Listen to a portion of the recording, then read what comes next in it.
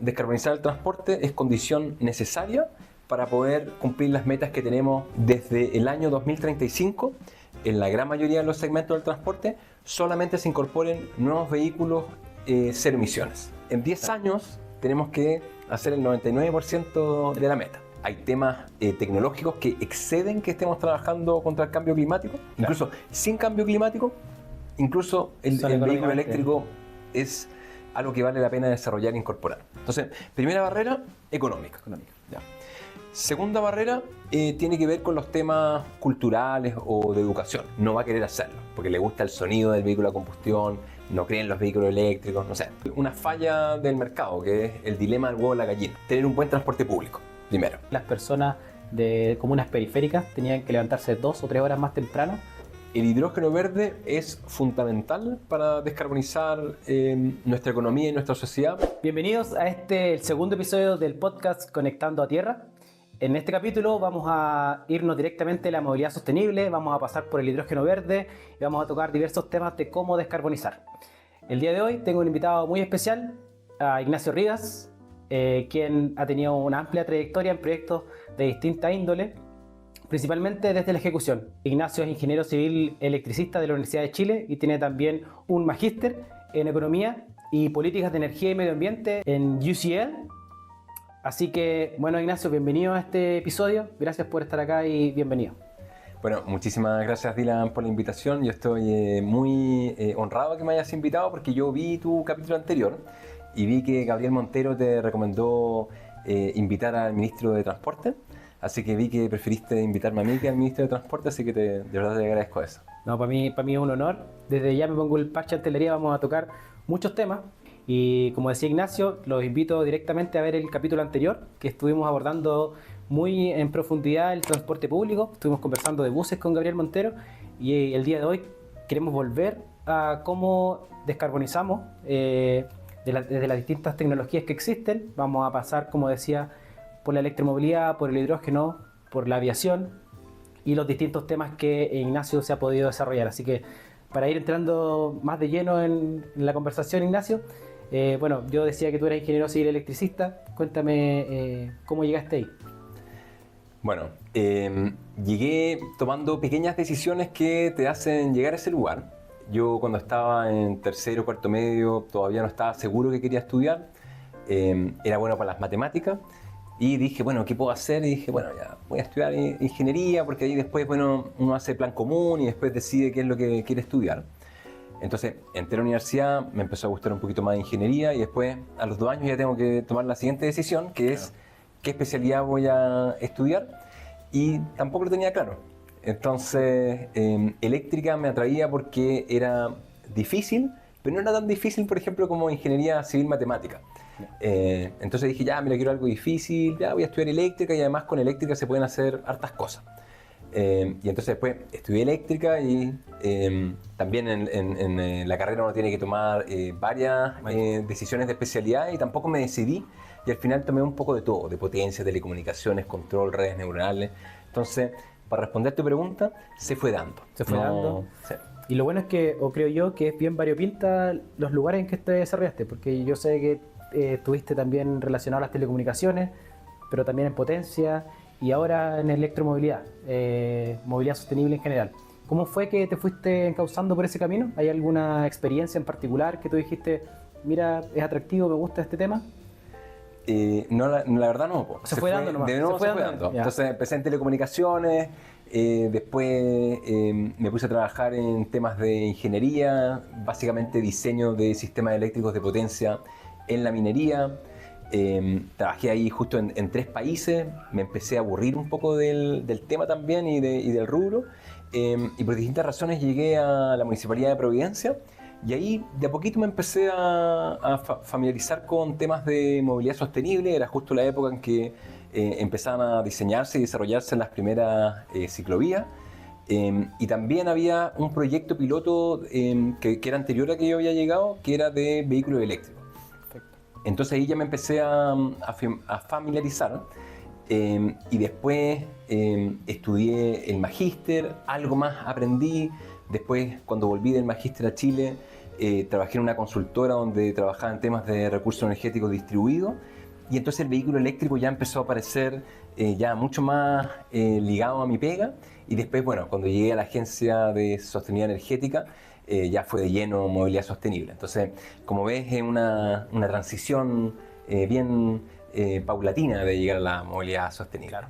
Y en ese mismo tema, ¿qué crees tú que es lo bonito? Yo al principio decía que tú estabas bien ligado como jefatura, pero ligado a la ejecución. ¿Qué de atractivo tiene esa parte de la política pública al final, de estar ahí implementando y ver más in situ cómo pasan las cosas? A mí por lo menos me gusta mucho. Una de las cosas que me pasaba cuando yo trabajaba en la minería es que los proyectos duran mucho tiempo, a veces 10 años desde que estás haciendo una prefactibilidad, por lo tanto ver el resultado de lo que haces demora mucho tiempo. Y al mismo tiempo, en particular en el sector de la minería, uno no es que se despierte en la mañana y decir, bien, vamos a darle más cobre al mundo. Claro. No, es como más distante el propósito de lo que uno hace. Y entonces, en particular, lo que hacemos en la Agencia de Sostenibilidad Energética es muy gratificante porque uno ve los resultados en tiempos relativamente no tan alargados, no sé, un año, incluso a veces menos, 2 años, ya ves el resultado de lo que estás haciendo. Y 2, es muy claro y muy nítido cómo impactas a la vida de las personas. Claro, ahí lo bonito creo yo es que uno pasa de no tener clientes, sino que tener beneficiarios, que también es una lógica bien bonita desde lo social. Sí, totalmente de acuerdo contigo. Perfecto. Vamos ahora a otro tema. Gracias por ese contexto. Y vamos a lo que te comentaba al principio, de la descarbonización. Descarbonizar es una de las metas, ¿cierto?, que tenemos para poder hacer frente al cambio climático. Y ahí la electromovilidad surge como una alternativa súper interesante. Hemos dispuesto de metas quizás ambiciosas para poder lograr descarbonizar el transporte. Que nos podría hacer un resumen primero de las metas y cómo cree que vamos en ese camino. Sí, mira, en primer lugar, la política pública, si bien busca descarbonizar, porque Chile quiere ser carbono neutral el año 2050, también hay una serie de otros beneficios que tiene el descarbonizar que después podemos entrar en más detalle. Entonces, un poquito de contexto que te quiero dar antes de responderte en particular el tema de las metas. En Chile, cerca de 1/3 de la energía que se consume en Chile se debe al sector transporte, y cerca de 1/4 de las emisiones se debe también al sector transporte. Y si tú miras eso en lo que pasa en otros países, en el resto del mundo, más o menos están en esos órdenes de magnitud. Obviamente siempre hay variabilidad, pero más o menos es así. Entonces, lo primero es que descarbonizar el transporte es condición necesaria para poder cumplir las metas que tenemos en el mundo, pero en particular en Chile, que queremos descarbonizar nuestra sociedad y nuestra economía al 2050. Y en ese contexto existen muchas estrategias, y en la que tú en particular me preguntas es de la Estrategia Nacional de Electromovilidad, y una estrategia que también tiene muchas líneas de acción, distintas metas, pero si uno pudiera resumirlo en una frase, es que desde el año 2035, en la gran mayoría de los segmentos del transporte, solamente se incorporen nuevos vehículos cero emisiones. Y esa meta, ¿es ambiciosa comparada a otros países? ¿Cómo ves? ¿Eres optimista de esa meta? ¿La podemos lograr? Mira, es una meta ambiciosa, sobre todo también por las características de Chile versus, no sé, otros países que se han planteado metas similares, pero que tienen un nivel de ingreso más alto que el de Chile. Entonces, para darte un poquito de números, hoy día nosotros en Chile más o menos estamos incorporando algo así como entre el 1 y el 2% de todos los vehículos que se incorporan al parque automotriz de Chile. Solamente entre el 1 y el 2% son vehículos eléctricos enchufables, que en estricto rigor no son 100% cero emisiones, sino que igual pueden tener emisiones. Sí. Entonces, si te das cuenta, estamos súper lejos de la meta, porque al 2035 tiene que ser 100%. Claro. O sea, en 10 años tenemos que hacer el 99% de la meta. Se ve muy desafiante. Dicho eso, por ejemplo, en China hoy día ya más de la mitad de los vehículos que se venden son eléctricos. El año pasado estaban entre 30 y 40% y el año anterior entre 20 y 30%. Por lo tanto, igual el avance que se ha visto en otros países es considerable. Los precios siguen bajando. Por lo tanto, yo creo que si bien es ambiciosa la meta, No creo que lleguemos al 100% porque siempre es difícil el 100%. Necesitas, Sí. no sé, un 1% de personas que no quiera te comprar, claro, el vehículo eléctrico y el de combustión y fallas, pero yo creo que es súper razonable que al 2035 estemos en el 90%, sobre el 90%. Perfecto. También porque las marcas han mirado con esos ojos, van apuntando a electrificar el transporte. Por supuesto, o sea, los fabricantes de vehículos eléctricos, a excepción de algunos, pero la gran mayoría tiene políticas de que en sus líneas de producción incorporar más modelos que sean eléctricos porque hacia allá va no solamente la tecnología por temas de descarbonización, sino que los vehículos eléctricos son muy eficientes en el día a día. El motor eléctrico es muy eficiente, a diferencia del motor a combustión que tiene cerca de un 25% de eficiencia, mientras el motor eléctrico fácilmente puede superar el 90%. Entonces, hay temas tecnológicos que exceden que estemos trabajando contra el cambio climático. Claro. Incluso sin cambio climático, incluso el vehículo eléctrico es algo que vale la pena desarrollar e incorporar. Perfecto. Ahí nombrabas los vehículos híbridos. Quizás si pudieras como dar la definición de qué se considera un vehículo híbrido, cuándo es enchufable y cuándo no. Claro. Yo he visto que hay harta duda de cuál es cuál. Claro. Un vehículo híbrido es aquel que tiene los dos motores. Tiene el motor a combustión y el motor eléctrico. Y es híbrido porque puede funcionar con ambas tecnologías. La diferencia en si es enchufable o no es el caso que no es enchufable. El único combustible o energía que tú ingresas al vehículo es la gasolina o el diésel y nada más. Y entonces cuando funciona el motor eléctrico es por energía que ha logrado recuperar el vehículo por el frenado, donde regenera energía y entonces carga una batería que generalmente no es tan grande. Y después el vehículo eléctrico enchufable, híbrido enchufable, ese es el que además lo puedes cargar con un punto de carga como el vehículo eléctrico. Perfecto, súper claro porque tiende a tener la duda, la gente a veces dice que era un híbrido porque no me da para cargarlo, entonces ahí está bien clara la definición. Incluso te diría más, un vehículo híbrido no enchufable, ¿ya? Básicamente es un vehículo a combustión interna más eficiente. Claro, esa es la forma más fácil de tenerlo. Sí. Súper. Y volviendo de nuevo a las metas que donde nos regimos y donde tratamos de desarrollar la política, ¿cierto? Para cumplir esas metas, ¿cuáles son los desafíos más importantes que necesitamos o las barreras, mejor dicho? ¿Qué barreras necesitamos para poder cumplir esas metas en el caso de la electromovilidad? Mira, son varias barreras que uno podría desagregarla y podríamos estar hablando acá harto tiempo, pero yo la agruparía en tres distintos segmentos. El primero, que es el más importante, que es el precio. Es decir, si yo como usuario quiero ir a comprar un vehículo y tengo la opción entre comprar un vehículo eléctrico o un vehículo a combustión interna, el vehículo eléctrico va a ser más caro que el de combustión interna, al menos en Chile. Claro. En China ya se están viendo algunos casos donde el vehículo eléctrico es más barato que el vehículo a combustión interna con características similares. Entonces, primera barrera, precio. Pero estoy hablando del precio cuando tú vas a comprar, o sea, la inversión inicial. Porque hoy día en Chile ya hay muchos casos de uso que si tú analizas el ciclo completo de vida de ese vehículo, es más barato que un vehículo a combustión interna porque, como yo te decía antes, el vehículo a combustión interna, el motor que tiene es más ineficiente respecto al vehículo eléctrico que tiene un motor más eficiente. Por lo tanto, un vehículo eléctrico gasta menos dinero por kilómetro. Y entonces cuando tú pones eso en el ciclo completo, en algunos casos de uso, por ejemplo, los buses del sistema red, los taxis, muchas camionetas que vemos circular de delivery, esos casos de uso son más económicos cuando tú analizas el ciclo completo. Perfecto. Ya. Entonces, primera barrera, económica. Ya.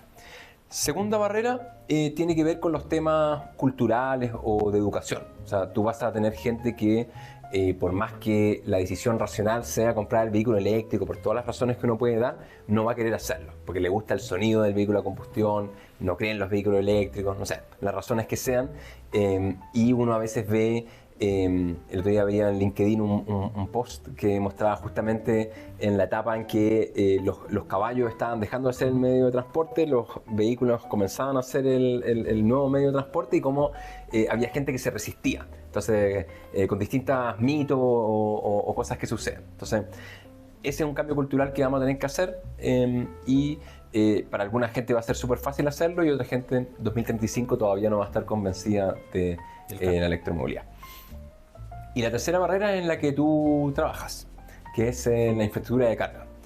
Y esto es crucial no solamente por un tema de que es obvio que los vehículos eléctricos tienen que cargarse, sino que además tienen que cargarse de una manera que sea cómoda para el usuario. Y hoy día cargar los vehículos a combustión interna, no sé si es cómoda, pero estamos acostumbrados a ir a una bencinera, cargar el vehículo, que en menos de 5 minutos más o menos está cargado, que generalmente no hay grandes filas, salvo cuando, no sé, cambia el precio de la benzina. Entonces, la pregunta es cómo nosotros desarrollamos una infraestructura de carga con todas las complejidades que tiene, con el hardware, el software, la experiencia del usuario, que haga que esa experiencia sea más cómoda que la manera de cargar actual. Y esa es una barrera que yo te diría que generalmente es la principal y que vamos a tener en Chile, porque el tema del precio del vehículo eléctrico lo va a resolver el mercado internacional. ¿Sí? Súper.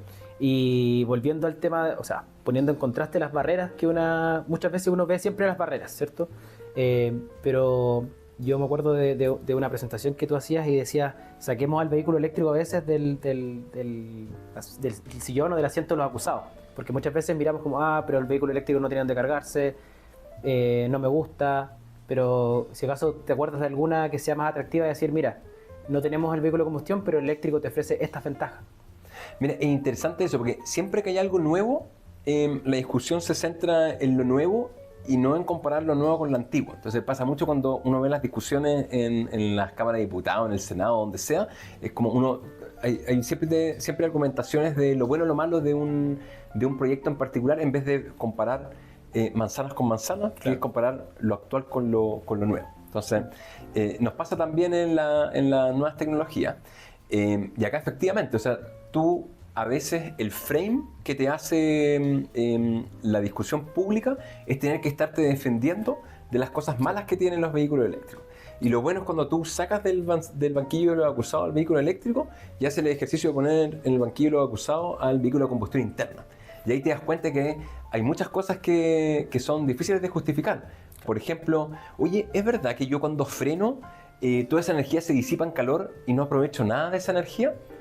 Oye, ¿es verdad que estoy metiendo un combustible que podría explotar? Oye, ¿es verdad que, no sé, una serie de cosas que pueden pasar, o por ejemplo, que los costos operacionales son mucho más caros?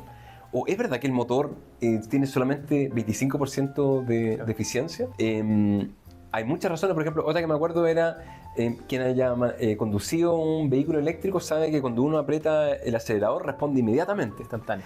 En cambio, en el vehículo de combustión interna se demora un poco en responder. Entonces me acuerdo que en esta cuestión que yo había leído, también, ¿es verdad que cuando yo aprieto el acelerador se demora algo así como medio segundo en responder? Entonces, cuando lo pones en ese frame, te das cuenta que el vehículo de combustión interna tiene varios desventajas respecto al vehículo eléctrico y siempre tenemos que estar defendiendo las bondades del vehículo eléctrico y a veces, bueno, hay que hablar de lo malo del vehículo de combustión interna.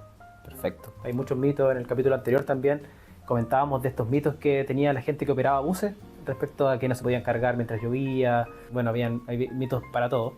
Pero tú nombrabas una de las barreras que era la infraestructura de carga y ahí quería precisar en ese punto. ¿Cómo crees o qué barreras ves tú en la infraestructura de carga y cómo lo ves que lo vamos a desarrollar en los próximos años? Quizás, no sé, si tuvieras que apostar en los 10 años que vienen, tú ves que va a crecer la carga rápida quizás o más va a crecer la carga en lugares de destino, van a cubrirse las rutas interurbanas. Si tuvieses que visionar el futuro, ¿cómo crees que se van a distribuir los cargadores y qué tipo de potencia o de qué características van a hacer esto? Mira, cualquier respuesta que te dé va a estar equivocada porque es imposible predecir el futuro, pero voy a jugar el juego que me estás invitando. Yo creo que la infraestructura de carga en el corto plazo va a sufrir una falla del mercado, que es el dilema del huevo y la gallina. Los desarrolladores de infraestructura de carga dicen, mira, yo no voy a invertir todavía porque no hay suficientes usuarios de vehículos eléctricos, y después los usuarios de vehículos eléctricos, los potenciales, dicen, mira, yo todavía no me voy a comprar el vehículo eléctrico porque todavía no hay suficiente infraestructura de carga. Entonces, vamos a tener ese dilema. Entonces, ¿cuál es la complejidad de eso? Que el mercado se desarrolla más lento, porque la infraestructura de carga siempre va después del vehículo, ¿ya? Entonces, hay distintas maneras de romper ese dilema. Hay mucha experiencia en el mundo. Nosotros tenemos acá en Chile también la experiencia que se hizo con Más Carga Rápida también, de poder llevar infraestructura de carga a 6 regiones de Chile que no tenían infraestructura de carga rápida de acceso público. Entonces, esa es una primera barrera que veo.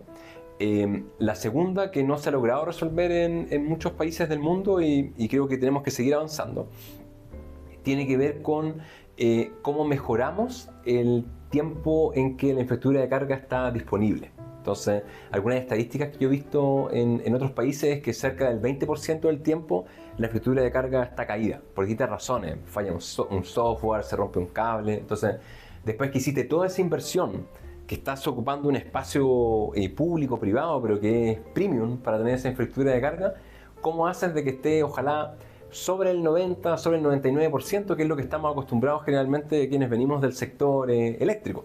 Que las redes de distribución en general tienen muy buenos uptime, por decirlo así, pero muy buen tiempo que están arriba. Esa es una segunda, yo te diría, barrera o dificultad que uno puede tener.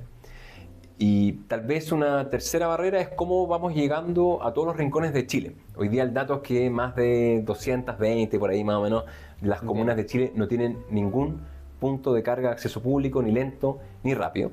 Y entonces, si nosotros dejamos que el mercado sea quien desarrolle toda la infraestructura de carga, probablemente va a ser el 2030 o el 2035 y vamos a tener muchísimos vehículos eléctricos, pero a lo mejor va a haber comunas que todavía no van a tener carga de acceso público. Y en el fondo es cómo hacemos que la electromovilidad y la transición energética pueda llegar a todos los rincones de Chile. Ahí yo me imagino que va a tener que haber alguna intervención del Estado. Entonces, yo creo que esas van a ser las barreras. Y respecto a la pregunta de cómo me imagino yo, cómo se viene la distribución, bueno, lo que hace sentido, pero esto lo van a decidir los usuarios, es que lo más fácil es cargar en la casa. Y en Chile la gran mayoría de las viviendas tiene posibilidades de cargar o instalar un cargador sin tanta dificultad. Pero obviamente esto va a depender de temas culturales también, porque imagínate el siguiente escenario.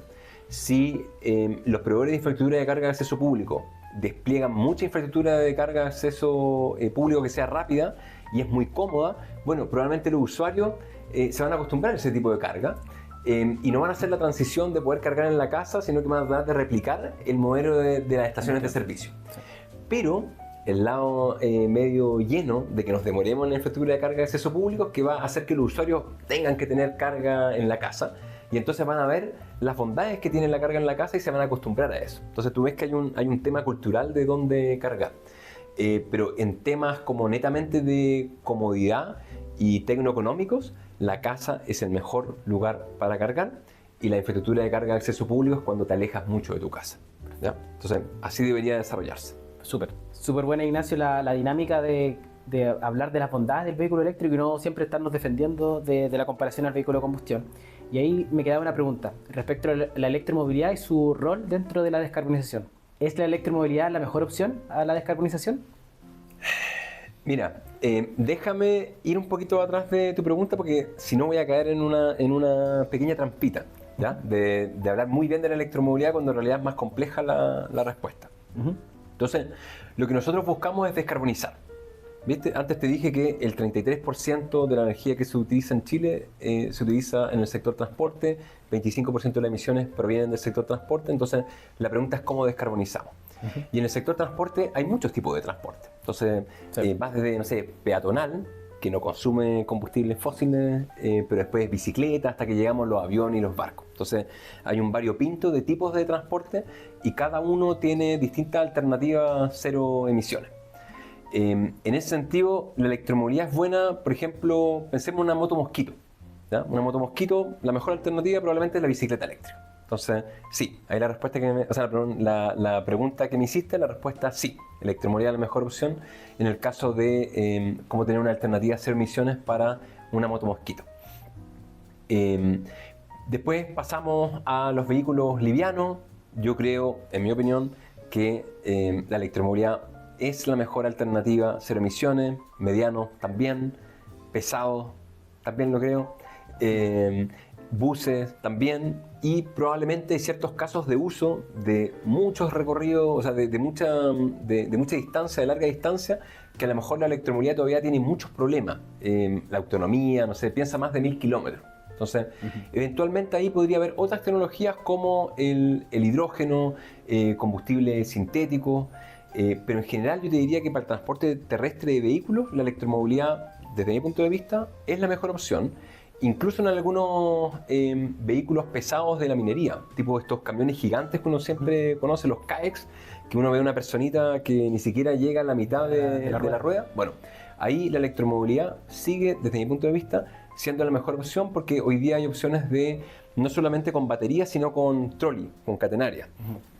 Pero después, si nos pasamos a otros tipos de medios de transporte, como los barcos, los aviones, claro, ahí ya la electromovilidad está lejos de ser una opción que esté, hay alguna tecnología comercial a la mano, y ahí yo creo que todavía es incierto cuál va a ser la mejor opción. Súper claro. Ahora migrando a cómo pasamos desde la electromovilidad y vincularla quizás con las redes o la digitalización de las redes.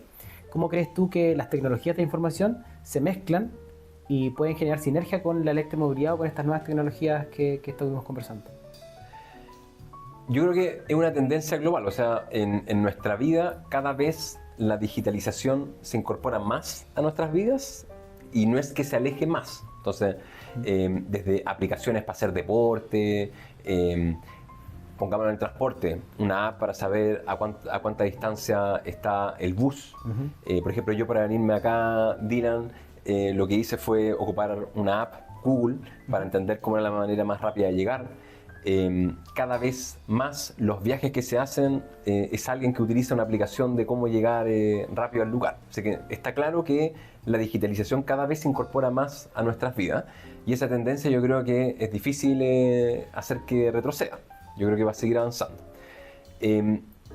¿Cómo la electromovilidad se junta con eso? Bueno, en general el transporte cada vez está recibiendo más digitalización, pero los vehículos eléctricos tienen una condición especial, que es que son, y uno lo ve mucho en los vehículos que se producen en China, que como se producen de cero y además los consumidores chinos están muy digitalizados, los vehículos eléctricos vienen con mucha electrónica y mucha digitalización, más incluso que los vehículos a combustión interna. Entonces, ahí yo creo que hay una primera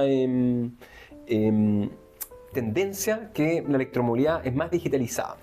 Pero además a futuro van a venir probablemente los vehículos autónomos, los vehículos que existen en el mundo que más niveles de autonomía han logrado, son justamente vehículos eléctricos. El típico ejemplo es Tesla. Es un vehículo eléctrico.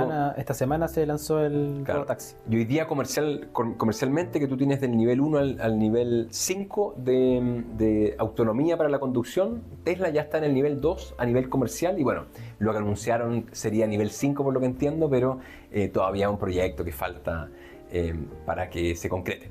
Pero totalmente la digitalización está por el lado del transporte. Vehículo autónomo, imagínate en el futuro que todos los vehículos sean autónomos y en algún momento vas a prescindir de semáforos. Claro.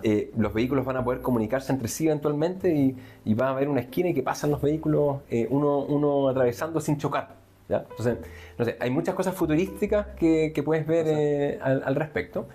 Pero acá, esto es lo que pasa, que la electromovilidad en el fondo lo que hace es juntar dos sistemas. El sistema de transporte, que es todo lo que te he hablado de la digitalización, y el sistema eléctrico, que también tiene mucho potencial de digitalizarse. Y ahí yo creo que hay muchísimo que hacer en la digitalización. Las redes de distribución o el sistema eléctrico en general, por más de un siglo ha sido un sistema muy vertical y muy unidireccional y solamente de energía. Y lo que está pasando hoy día es que se está volviendo bidireccional, tanto en energía como en datos. Entonces, para aterrizarlo, yo en mi casa no solamente consumo energía, sino que además puedo entregar energía bidireccional.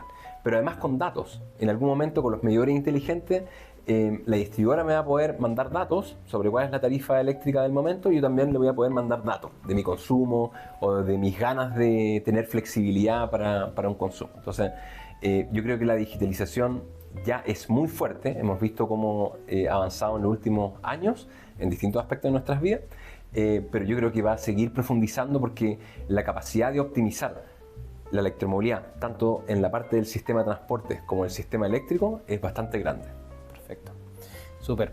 Y respecto, volviendo y centrándome en el tema de redes, que tú bien lo nombrabas, como que tenemos una parte del transporte y la otra parte es redes, ¿cómo se viene en la forma en que yo puedo administrar las redes, particularmente porque este año va a salir el reglamento de interoperabilidad? Si puedes comentar qué es la interoperabilidad y cómo viene a armar un poco el panorama este reglamento que va a empezar a regir desde noviembre de este año.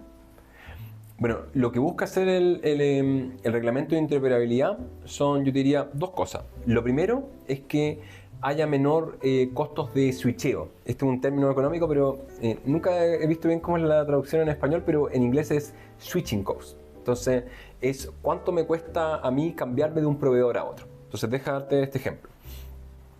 Yo hoy día, si voy con un vehículo a combustión interna y yo llego a una esquina y está la bencinera A y la bencinera B, para mí es casi transparente a cuál voy. Voy a cargar benzina, está 97, 95 octanos, sé que ambos la van a tener. Cuando tenga que pagar, voy a pagar por litro y lo voy a hacer a través de efectivo, tarjeta de crédito, de débito. Hoy día la experiencia de quienes hemos conducido vehículos eléctricos es que no es así para el tema de la infraestructura de carga de acceso público. Entonces, las potencias que puedes encontrar en un cargador es distinto, a veces los conectores son distintos y también la forma de pago es distinto y tiene ciertas dificultades para pagar con el operador A, con el operador B. Por ejemplo, el otro día estábamos volviendo de un viaje de trabajo de Rancagua, íbamos con muy poca carga, de hecho llegamos con 1% al cargador. Y llegamos al cargador y la tarjeta RFID que teníamos no iba a funcionar porque el cargador no tenía la posibilidad de recibir una tarjeta RFID, por más que teníamos del mismo proveedor. Primera barrera. Ninguno de los que estábamos ahí habíamos bajado la aplicación entonces tuvimos que bajar, asociarle a una tarjeta de crédito. Entonces, cuando yo te digo estos costos de switcheo, son esos. O sea, tú te demoras un tiempo en cambiarte de un proveedor a otro. Entonces, lo que busca primero el reglamento de interoperabilidad es bajar esos costos. ¿Cómo? Porque le exige a los operadores de carga que tengan medios más transparentes de pago. ¿A qué me refiero? Que tenga o efectivo o tarjeta de crédito o a lo mejor un QR o algún link a una página web que tú puedas pagar con WebPay, por ejemplo. Entonces, que no tengas que bajar una app. ¿Ya? Entonces, en eso va a servir el reglamento de interoperabilidad, en bajar los switching costs o los costos de switcheo. La segunda parte que tiene el reglamento de interoperabilidad y que es muy buena para el desarrollo de la infraestructura de carga es que va a tener bases de datos con APIs que va a permitir que tanto usuarios como desarrolladores de aplicaciones sepan si los cargadores están operativos y si están operativos, si están siendo ocupados por algún usuario. Entonces, a futuro vas a tener emprendimientos o incluso un mismo operador de carga que va a poder mostrar no solamente sus puntos, en qué estado están, sino que todos los puntos de la red. Por lo tanto, no se van a crear estos clubes de distintos operadores, sino que va a ser más transparente y el usuario va a poder ver en una misma aplicación todos los puntos de carga.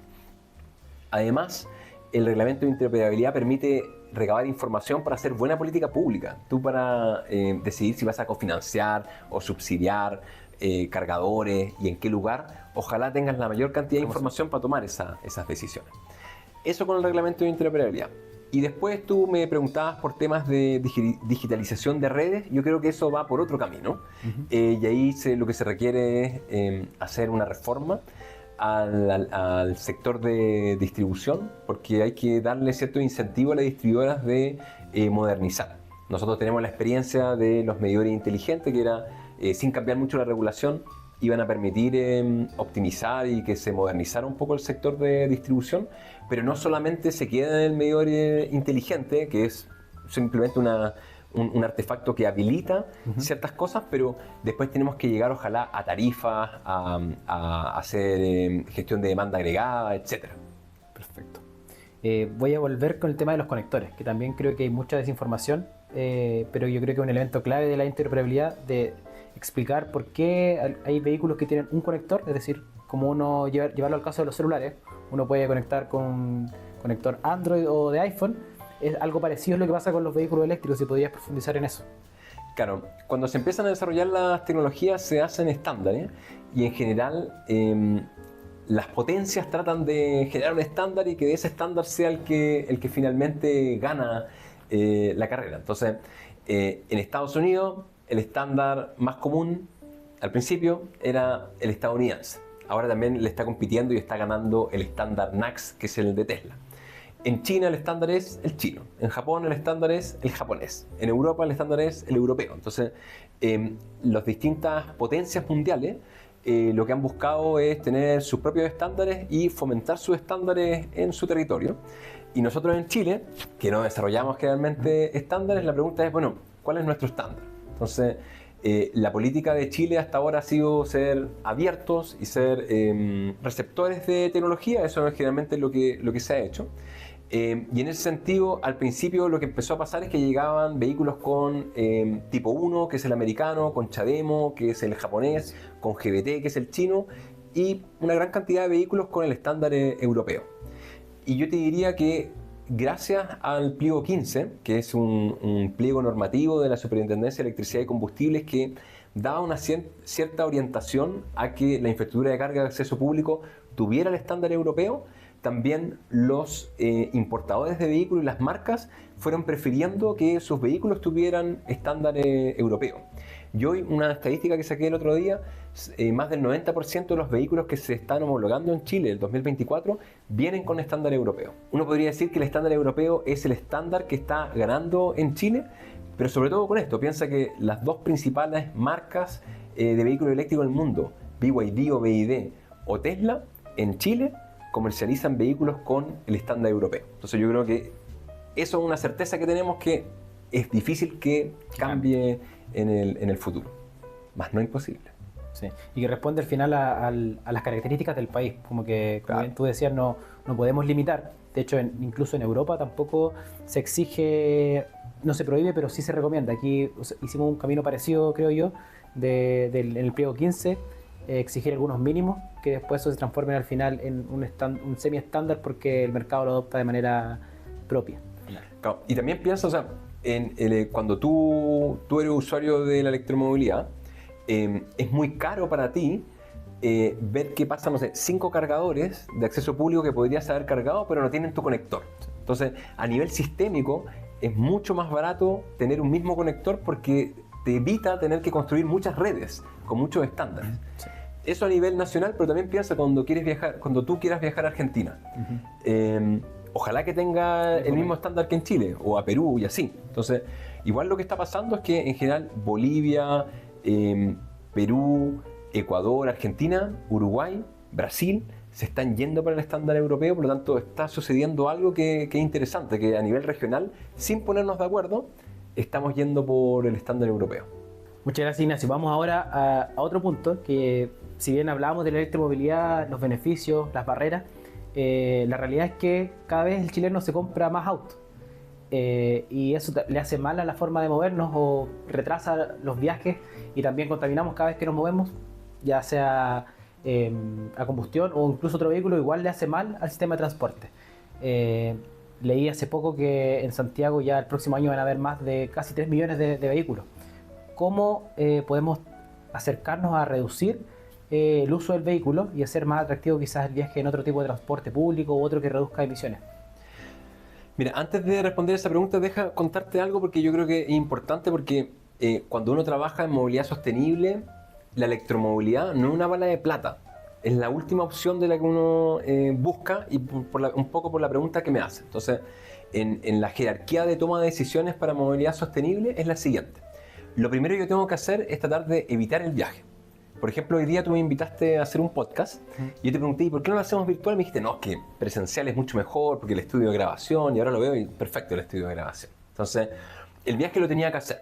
Entonces, después yo tenía la oportunidad eventualmente de venir en auto, ¿no? Pero dije, no voy a venir en auto, voy a venir en un medio más sostenible. Entonces, yo prefiero el medio más sostenible, que en este caso viene en metro. Voy a hablar de movilidad sostenible, tengo que venir de forma sostenible. Pero es que, mira, yo no tengo auto. Así que en eso soy consecuente. Entonces, preferí el metro, un medio más sostenible. Pero imagínate que yo hubiera estado o muy atrasado o hubiera tenido un problema en la pierna, o lo que sea, y me tenía que venir en vehículo, ¿ya? En un Cabify o en un Uber. Si yo tenía que hacer eso, bueno, ojalá que sea un vehículo eléctrico, no un vehículo a combustión interna. Entonces, en esto que te acabo de explicar, viste que lo último que hago cuando ya me tengo que trasladar en vehículo, ahí quiero que ese vehículo sea eléctrico. Pero antes tengo una serie de cosas que hacer antes que son más eficientes para el sistema y más sostenibles para la movilidad. Entonces, yendo un poco a tu pregunta, claro, el vehículo particular es súper cómodo, pero como decía Gabriel Montero en el capítulo anterior, genera una externalidad que es muy clara al otro, porque genera congestión, pero incluso si te vas de los temas de tránsito o de tráfico, también genera el otro problema que construir un vehículo requiere energía, requiere transporte para traer el vehículo a Chile, de materias primas, por lo tanto también está estresando el mundo y el medio ambiente en construir ese vehículo. Entonces ya, última opción, el vehículo, lo tenemos claro. El mejor viaje es al final el que no se hace, esa es la respuesta. El que no se hace, perfecto. Como también en la energía, el mejor kilowatt hora es el que uno no consume. Ya. Entonces, claro, el vehículo particular es súper cómodo, pero si todos tenemos vehículo particular y todos los viajes que hacemos en vehículo particular, hace poco eficiente. Pero como tú muy bien dices en tu pregunta, la tendencia es que cada vez la gente quiera tener más vehículos, y esto no solamente pasa en Chile, sino que también pasa en muchas economías emergentes, donde la gente cada vez tiene un mayor poder adquisitivo, y como tiene mayor poder adquisitivo, quiere aspirar al vehículo, porque es un bien de consumo que genera cierto estatus, ¿ya? Y entonces la pregunta es cómo hacemos que esa tendencia venga en retroceso, bueno, o al menos mitigarla. Y hay distintas políticas públicas que se han implementado en otras partes del mundo, pero igual la tendencia es que sigue creciendo el uso del vehículo particular. Entonces, ¿cuáles son esas formas de mitigar? Tener un buen transporte público, primero. Entonces, tú haces a alguien más fácil trasladarse en transporte público y de esa manera deja el vehículo particular. Yo, cuando hice el magíster, lo hice en Londres y ahí veía muy claro, o sea, yo tenía, no sé, compañeros que eran multimillonarios y utilizaban transporte público. Todos los profesores iban en transporte público. Entonces, Londres es un lugar donde está como muy validado el tema del transporte público. Ahí tienes una política que es exitosa. También en Londres, si los vehículos quieren ingresar al centro de Londres, tienen que pagar un pase, ¿ya? Entonces, hay una serie de medidas que desincentivan el uso del vehículo, pero además te dan una alternativa buena que es el transporte público. La pregunta es, ¿qué va a pasar a futuro? Y eso, de nuevo, es muy difícil predecirlo, pero yo creo que la tendencia de buscar tener vehículo particular va a seguir creciendo, pero en paralelo yo creo que el vehículo particular también va a ser más eficiente. Lo preguntabas antes con el tema de la digitalización. Entonces, bueno, hace un par de días Tesla lanzó este taxi, que la gracia es que te puedes comprar el taxi, pero después lo puedes poner a disposición de cualquier usuario que lo utiliza. Entonces, primero, los vehículos parece que van a tener un mayor factor de utilización. Eso lo hace más eficiente. Dos, con la digitalización también el movimiento de los vehículos lo puedes hacer más eficiente, y un poco lo que te comentaba antes. Si después los vehículos empiezan a comunicarse entre sí, también va a haber probablemente menos tráfico. También yo me imagino que como también el mercado cada vez más se mete en las decisiones de las personas, probablemente después tú vas a poder estar en tu vehículo autónomo y poner modo llegar rápido. Y a lo mejor te va a salir más caro ese modo, porque ese vehículo va a estarle pagando centavos o pesos al resto para que le den preferencia en distintas decisiones, ¿ya? Entonces, yo creo, y no es lo que yo quiero, pero lo que yo creo es que cada vez va a haber más vehículos particulares o particulares compartidos, y va a ser una tendencia difícil de hacer retroceder. De todas maneras, ojalá que los gobiernos, las municipalidades, el Estado construya más ciclovías, ensanche las veredas y haga más cómodo que podamos transportarnos en formas más sostenibles, como el caminar o andar en bicicleta. Claro. Esa es la famosa pirámide de la movilidad, donde priorizamos la forma de movernos al final. Cómo podemos enfatizar o priorizar el uso de la caminata. Y también tiene que ver con la famosa ciudad de los 15 minutos, promover la bicicleta, mejores lugares, parques para poder caminar, los lugares de trabajo también que nos queden más cerca. Hay varias ideas, pero llevarlas a la práctica también es súper complejo. Y solamente para complementar, si te das cuenta, en el fondo, el que toma la decisión del viaje es uno, el usuario. Pero en tomar esa decisión se mezclan millones de sistemas urbanos, de transporte, de energía, de la ciudad de los 15 minutos. Es decir, claro, si uno vive en un lugar céntrico, es súper cómodo caminar 10 minutos para el banco, pero ¿cuántos ciudadanos pueden hacer eso? Entonces, en esa toma de decisiones, cada usuario va a tener distintas condiciones y a lo mejor, no sé, pues tienes movilidad reducida, entonces para ti no es tan fácil caminar. Hay muchos factores en la ecuación, por decirlo así, de la toma de decisiones. Sí.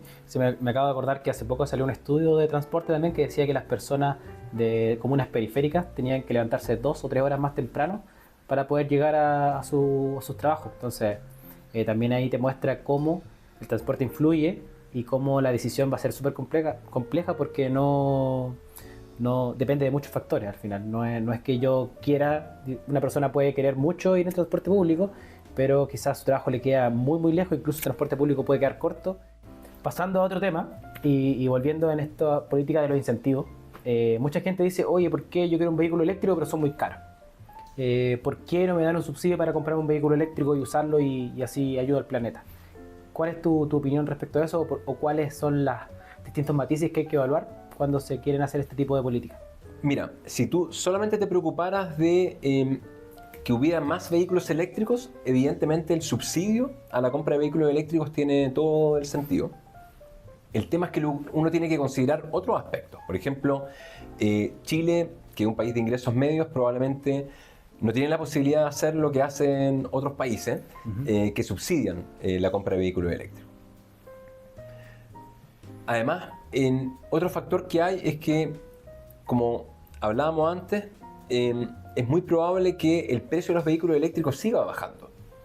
Entonces la pregunta es, ¿por qué vas a subsidiar a lo mejor por 2, 3, 4 años los vehículos eléctricos si después igual vas a lograr que su precio sea menor? Muchos de los países que subsidian la compra directa de vehículos eléctricos no solamente lo que están subsidiando es su demanda para que haya más vehículos eléctricos en las calles, sino que en el fondo lo que están haciendo es subsidiando a sus industrias, ¿ya? El desarrollo de los vehículos eléctricos. El caso clásico es China. En el caso particular de China, que tiene un ingreso per cápita menor al chileno y subsidia los vehículos eléctricos. Bueno, esa es una decisión de ser los líderes en la fabricación de vehículos eléctricos. Entonces, no solamente es preocuparse que sus ciudadanos tengan vehículos eléctricos, sino que además es desarrollar una industria, ¿ya? Perfecto. Entonces, para ir al punto, en Chile, si vale la pena subsidiar vehículos eléctricos, yo diría que no, los particulares, pero sí hay ciertos segmentos que vale la pena.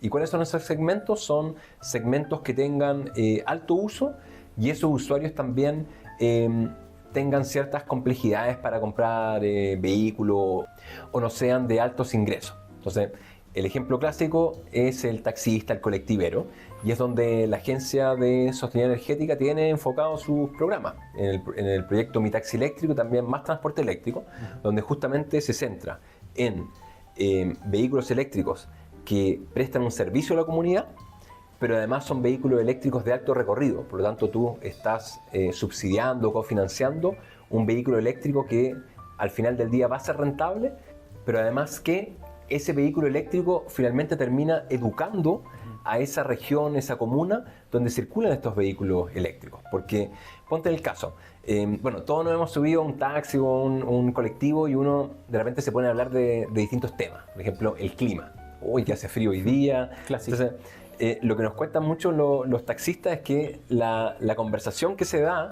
en los taxis ahora es como, oye, este es un taxi, ¿por qué tiene el techo verde? No, es que un taxi eléctrico. Ah, usted tiene un taxi eléctrico, ¿y cómo funciona? Entonces, yo encuentro que la política pública de cofinanciar los vehículos eléctricos en el segmento de los taxis y los colectivos es súper buena. porque además de que ayuda a un taxista y un colectivero a mejorar sus ingresos y a incorporar más vehículos eléctricos, ellos finalmente terminan siendo embajadores de la electromovilidad en la región, en la comuna o en Chile. Súper claro y es una duda que siempre sale, así que por eso qué bueno dónde colocamos las fichitas al final, entendiendo que en Chile tenemos recursos limitados. Pasando ahora a otro tema, saliendo un poco de electromovilidad y tomándome de lo que tú dijiste al principio, que lo que queremos es descarbonizar, hay ciertos sectores que son más difíciles o más complejos que otros. Y aquí aparece muchas veces lo que es el famoso hidrógeno verde. ¿Puedes contarnos qué es el hidrógeno verde y cómo podría ayudar a la descarbonización? Por supuesto. Mira, el hidrógeno verde en simple lo que es la molécula de hidrógeno, H2, dos átomos de hidrógeno, y que está producido con fuentes renovables a través de electrolizadores. Eso en simple es el hidrógeno. Y el hidrógeno se puede utilizar de distintas maneras. Uno como combustible, que es como menos se utiliza hoy día, pero que se ve que tiene un gran potencial para descarbonizar. Pero además se puede utilizar como se utiliza el hidrógeno hoy día, que el hidrógeno se utiliza para hacer fertilizantes, amoníaco, en la industria del vidrio, en la industria de la refinación, etc. Entonces, lo primero es separar eso. El hidrógeno es fundamental para descarbonizar nuestra economía y nuestra sociedad, porque hoy día parte de las emisiones que tiramos a la atmósfera se debe a hidrógeno que es producido con combustibles fósiles. Por lo tanto, un primer foco del hidrógeno verde debería ser reemplazar ese hidrógeno que está hecho a partir de combustibles fósiles por hidrógeno verde.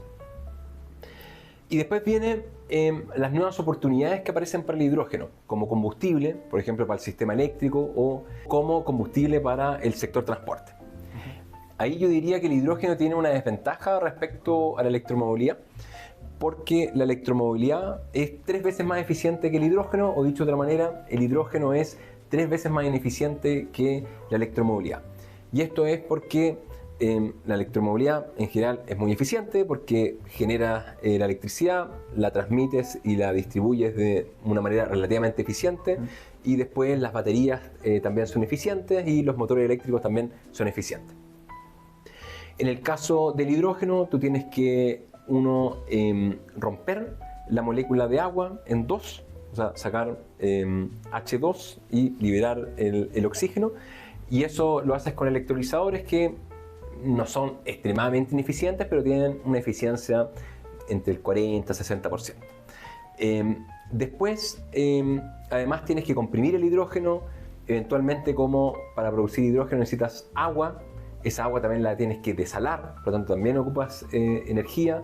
Después tienes que transportar el hidrógeno, almacenarlo, y después para el caso del transporte, cuando quieres que el vehículo sea eléctrico pero que se mueva con hidrógeno a partir de una celda de combustible, de nuevo tienes una transformación que tampoco es tan eficiente como los vehículos eléctricos. Entonces, en el ciclo total del hidrógeno, como te dije antes, para el transporte es como algo así como 3 veces más ineficiente que los vehículos eléctricos a batería 100% puros. Dicho eso, el hidrógeno igual tiene un rol importante en la descarbonización del sector transporte. Probablemente va a haber ciertos casos de uso donde va a valer la pena utilizar el hidrógeno. Entonces, probablemente lugares donde necesitas recorrer grandes distancias y el hidrógeno es una buena opción, o lugares donde no hay redes eléctricas, y ahí probablemente también el hidrógeno sea una buena opción. Y además, donde el hidrógeno también tiene un potencial es en los sectores difíciles de descarbonizar, principalmente la aviación y el sector marítimo, donde hoy día no hay soluciones a batería, y ahí tampoco hay soluciones a celdas de combustible. Cuando digo no hay soluciones, sí a nivel de pilotaje, pero no hay soluciones a nivel, claro, comercial.